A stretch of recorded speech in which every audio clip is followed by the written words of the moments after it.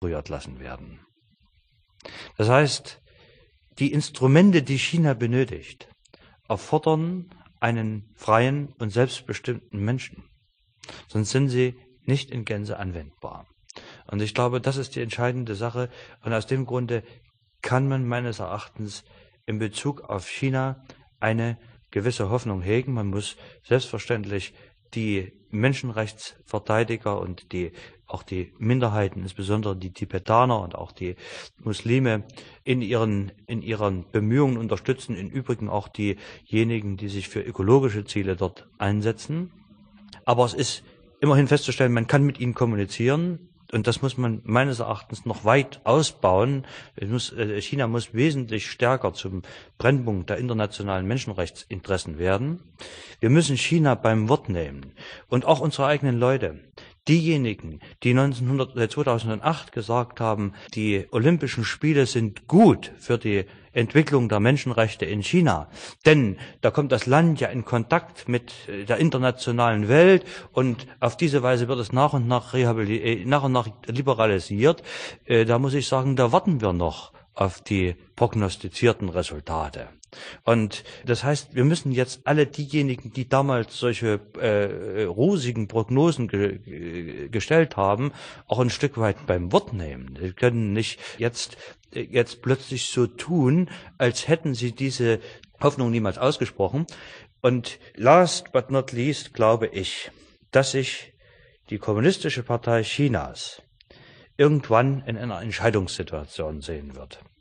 Ob sie sich selbst diversifiziert. Das heißt also, ob sie sozusagen ihre Flügel freigibt und die höchst unterschiedlichen Positionen, die innerhalb dieser Partei schon bezogen werden also auch organisatorisch auseinanderlässt, so das heißt, früher oder später ein Mehrparteiensystem entsteht und dass die chinesische kommunistische Partei vielleicht auch den Titel kommunistische Partei aufgibt. Und wird das vielleicht die Finanzkrise jetzt beschleunigen? Ich bin der Meinung, dass die Finanzkrise auf alle Fälle für die Liberalisierung Chinas eine größere Bedeutung haben wird als die Olympischen Spiele.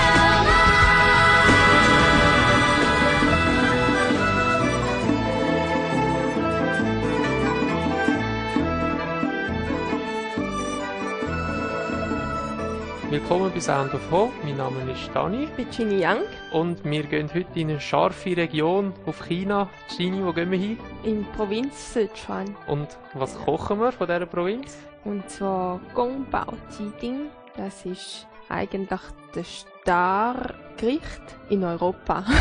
Also das, was in jedem Laden zuvorderst auf der Menükarte steht. Genau. Kung Pao. Oh, genau. Und ja, das ist einfach aus Sichuan. Und das Gericht ist eigentlich scharf. Man kommt es aber in den Restaurants auch unscharf über. Gut. Aber wir kochen dort scharf, weil ich glaube, wir haben beide gerne scharf. Jetzt mal zu den Zutaten, die wir eingekauft haben. Also Kung Pao ist klassisch mit Poulet. Das muss einfach sein. Also haben wir Poulet gekauft, etwa 300 Gramm für 2 Personen. Dann brauchen wir ein bisschen Gemüse. Da haben wir Frühlingszwiebeln, ein Chili, grüne Peperoni, Ingwer, Bohnenpaste und Cashewnüsse. Und noch ein bisschen für die Säure haben wir jetzt einfach da so ein bisschen einen Reisessig. Man Jetzt, kann auch einen Reiswein nehmen. das gibt einfach noch ein bisschen Säure dann am Dings. Ich würde sagen, fangen wir mal an. Da haben wir das geschnetzelte Poulet, wir mal alles vorbereiten. Du könntest jetzt noch Frühlingszwiebeln rüsten.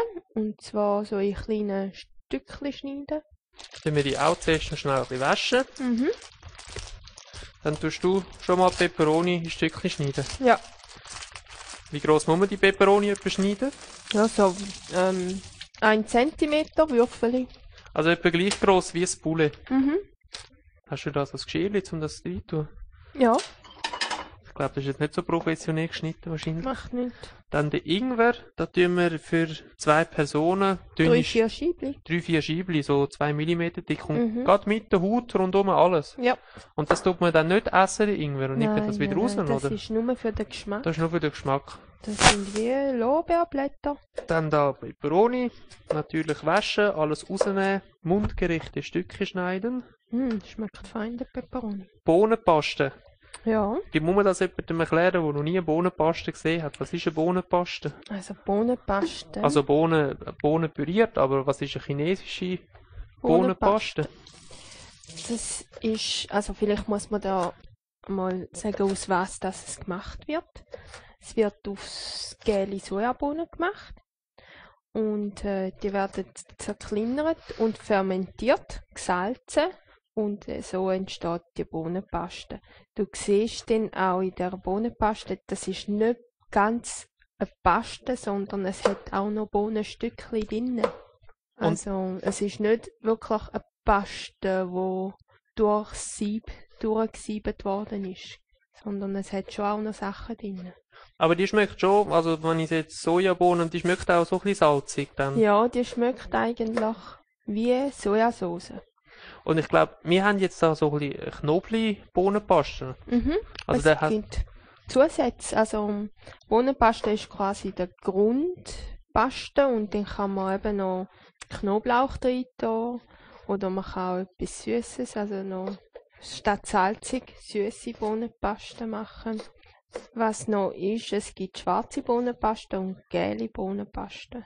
Aber eigentlich, außer der Farbe ist eigentlich alles andere gleich. gut, ich glaube, jetzt haben wir Vorarbeit, ist eigentlich schon alles gemacht. Poulet geschnitten, Ingwer geschnitten, Peperoni geschnitten, Frühlingszwiebeln Mit dieser geschnitten. Peperoni. Oh, da haben wir noch ein Stückchen, schneiden wir auch noch. Wir rühren ja nichts weg. Ja, Voilà. musst auch nicht. Kannst alles gut brauchen. Ja, ich bin noch verwöhnt, weißt du. Nur das Beste. So, Oh, Chili haben wir vergessen. Wie tun wir Chili schneiden? So ein bisschen einfach in rundum. schräg. Schräg. Ja, also. So ein bisschen, dass